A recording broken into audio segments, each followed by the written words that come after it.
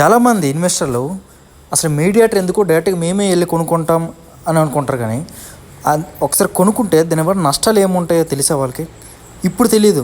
మీరు ఎప్పుడైతే అమ్ముకుంటారో అప్పుడు తెలుస్తుంది. ఒకసారి ల్యాండ్ ఎక్కడ కొనాలో అందరూ చెప్తారు, ల్యాండ్ ఎక్కడ కొనకూడదో నేను చెప్తా. 10 ఏళ్ళ ముందు ఇక్కడ కొన్నా, ఎక్కడుందో తెలియదు. సడన్గా వచ్చి చూస్తే అది ఉంది.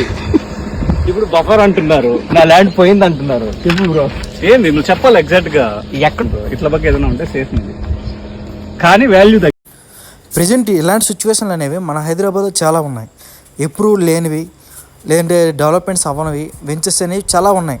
అవన్నీ కూడా ఒక రియల్ ఎస్టేట్ చేసిన వ్యక్తికి తెలుస్తుంది. అసలు కంపెనీ ఏంటి, ఎలాగా ఇదవుతుంది, ఇవన్నీ కూడా ఒక బిజినెస్ చేసే వ్యక్తికే రియల్ ఎస్టేట్లో తెలుస్తుంది. సో ఇన్వెస్టర్ ఈరోజు 4 వెంచర్లు, రేపు 4 వెంచర్లు చూసి ఇన్వెస్ట్మెంట్ చేస్తే ఖచ్చితంగా మోసపోవడానికి మేజర్గా అవకాశం ఉంటుంది. ఒక రియల్ ఎస్టేట్ మంచి వెల్త్ అడ్వైజర్ని పట్టుకొని మీరు ఎక్కడైనా ఇన్వెస్ట్మెంట్ చేయండి, మీకు మంచి రిటర్న్స్ రావడానికి మేజర్ అవకాశాలు ఉన్నాయి. Thank you.